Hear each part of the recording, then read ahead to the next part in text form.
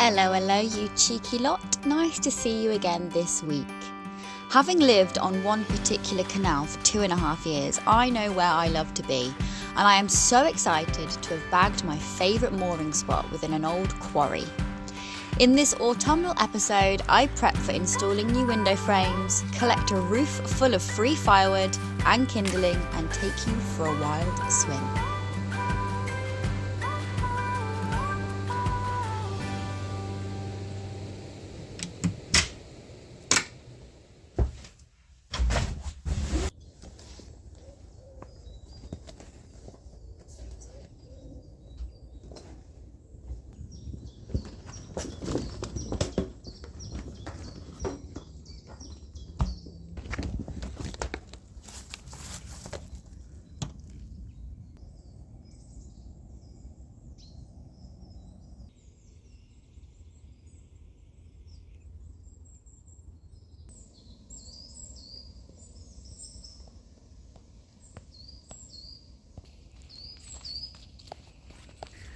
I'm off to see the wizard, the wonderful Wizard of Oz. It's 8:30 a.m. and I'm walking through the forest. I saw a little bird. Birdie, where are you? Unfortunately, I don't have a good enough zoom for capturing wildlife. And now my shoelace is undone. Okay, let's start again. Hello, it's Thursday and I am walking through the forest on my way to the river. Currently where I am at the moment, the water is adjacent to the canal. I'm currently in my favourite mooring spot on the canal that I travel up and down, and I absolutely love it here. I've been waiting for a position to moor and I got one a couple of days ago, so I'm really chuffed to be here, really grateful, and yeah, gonna make the most of being here in this incredible forest with all this wonderful stuff that I can do. One activity that I am going to make the most of, being so close to the river, is cold water swimming. And I don't know if you have heard about cold water swimming. I've seen people swimming midwinter in the sea, and science recognises the benefits of this incredible practice, and also slightly crazy practice. I am all about crazy. I love crazy. I love crazy.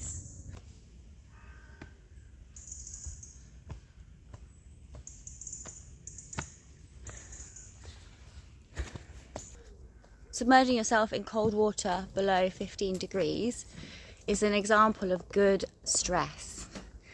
So another example of good stress is being brave enough to buy your first boat, or buy your first house, or learn to public speak and do that for the first time. Like, emotionally, that can be really stressful on the body and you can feel really anxious about it, and this is a similar kind of thing.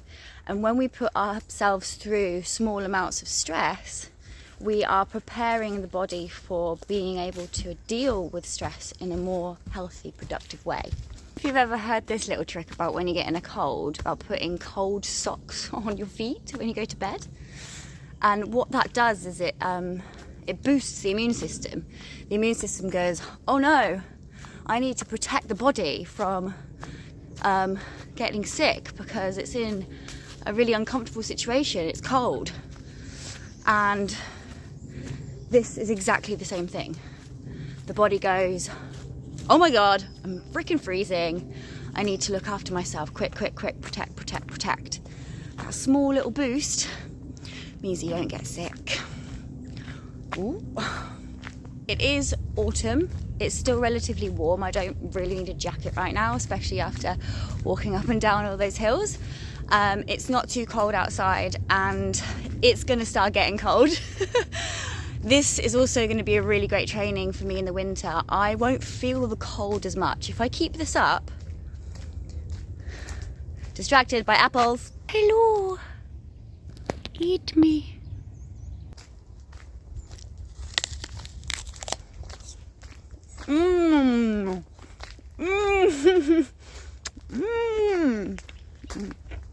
But that's tart, but good. What I was saying was, this is going to be really good for me. It's going to prep me for winter. It's going to give me boosts of energy for my days to come throughout the winter. And it's going to be empowering doing this and like getting up and doing it. A wise man once told me that the hardest part is getting up and doing it. And once you've done it, you never regret it.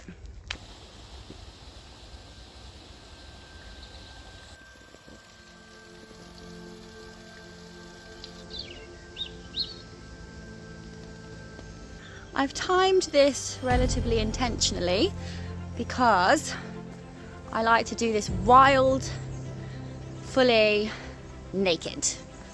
So there are no dog walkers around, hopefully, but if there are, then they will get a lovely sight and I will smile and wave.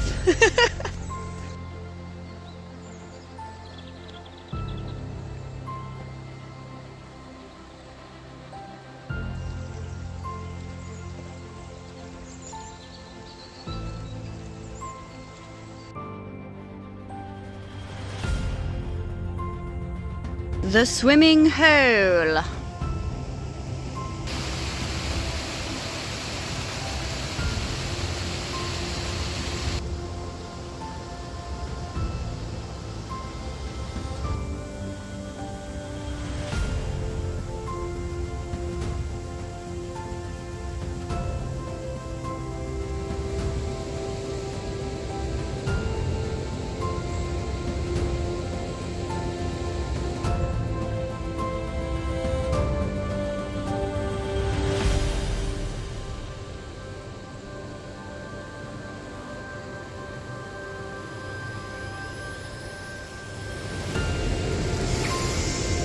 Wow.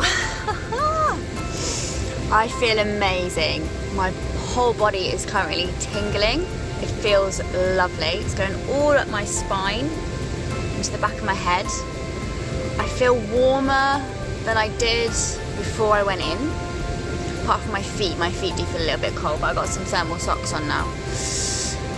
And I just feel so open in my heart and in my chest, like, oh, yes! More, please. Just a quick one on safety. The practitioner in me is saying, make sure you mention this stuff. And that is, if you have any underlying health conditions and you've got any concerns, just speak to your GP about it to get some reassurance. Maybe start with cold showers to begin with. And focus on your breathing. Breathe deep, breathe long, and listen to your body. Quick, run for your lives! It's the giant river foam monster! Ew, what is that? Time for breakfast, and today I'm working from the boat.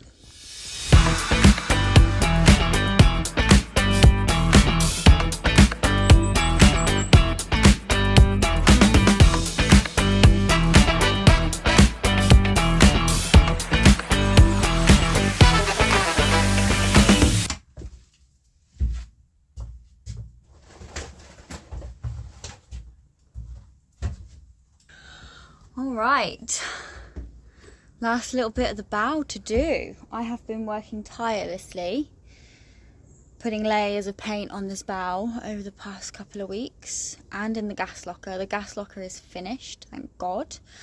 It's been, I've had to use a camping stove for my gas recently.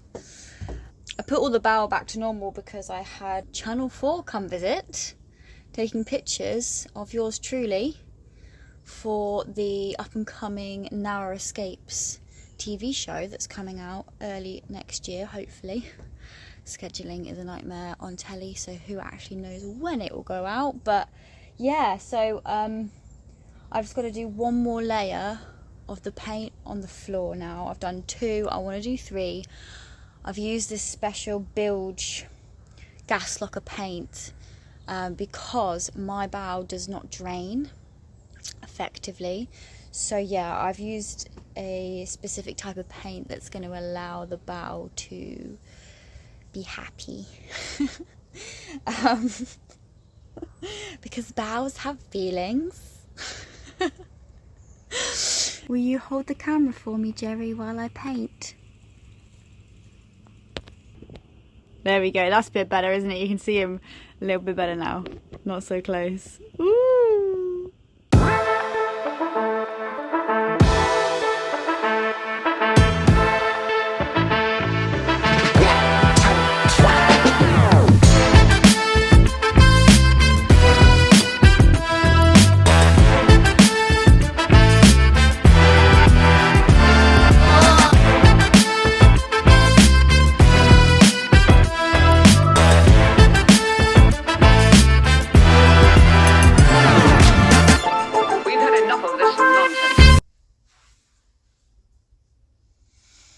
Alright.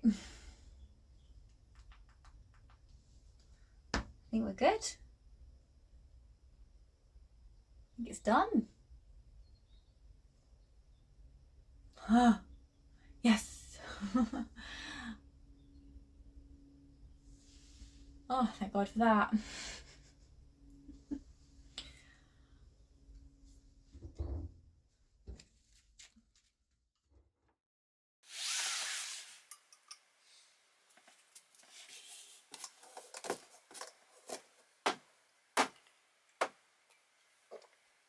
Good morning.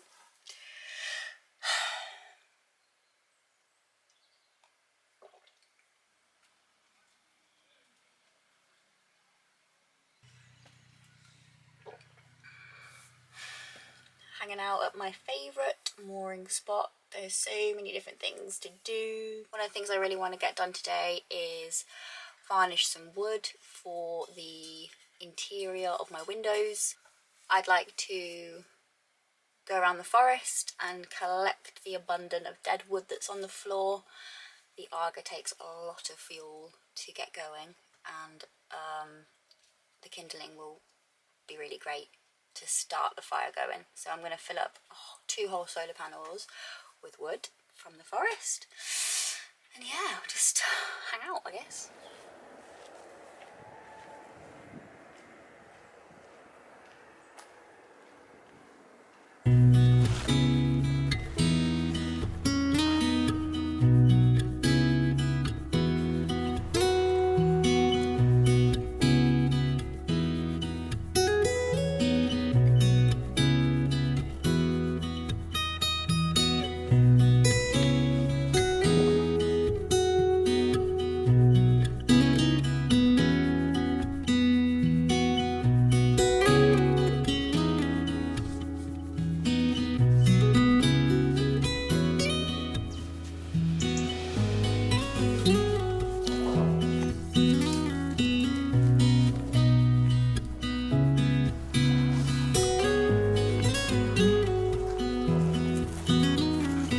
This find, it's even a path blocker. It was asking to be foraged, and it's ash as well, so it will burn green. Perfect.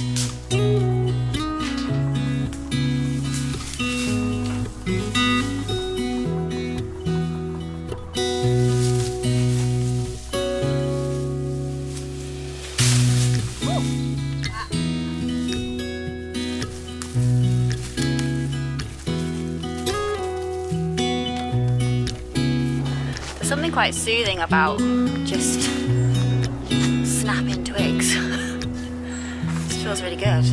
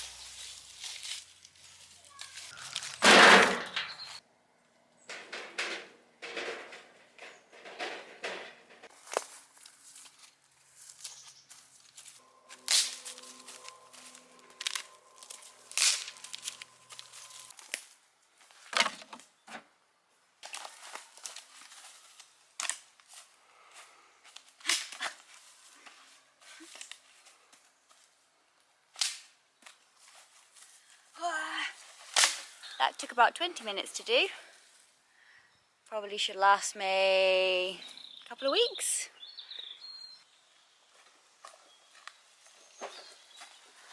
It's hard not to smile.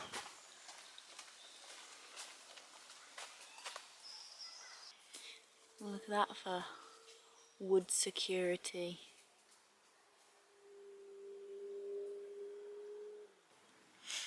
I really do my best to forage as much wood as I possibly can when I can. I think to become even more self-sufficient, I need to get myself a chainsaw. I've been banging on about it now for a while. Last winter, I got trained with my dad to safely use a chainsaw. So yeah, I just need to bite the bullet now and buy one and get some chainsaw trousers. I've got the rest of this, I think I've got most of the safety gear, maybe get some proper gloves as well. In fact, definitely get some proper gloves. And yeah, then I can chop down that tree, for example, that was over the pathway and have even more freedom with this. What I do at the moment though is my dad helps me out a lot. I borrow chainsaws from people like George, my dad, anyone else that can lend me them, and yeah, I just use as much wood as I can that is available to me. All this wood collection has made me want to build a fire.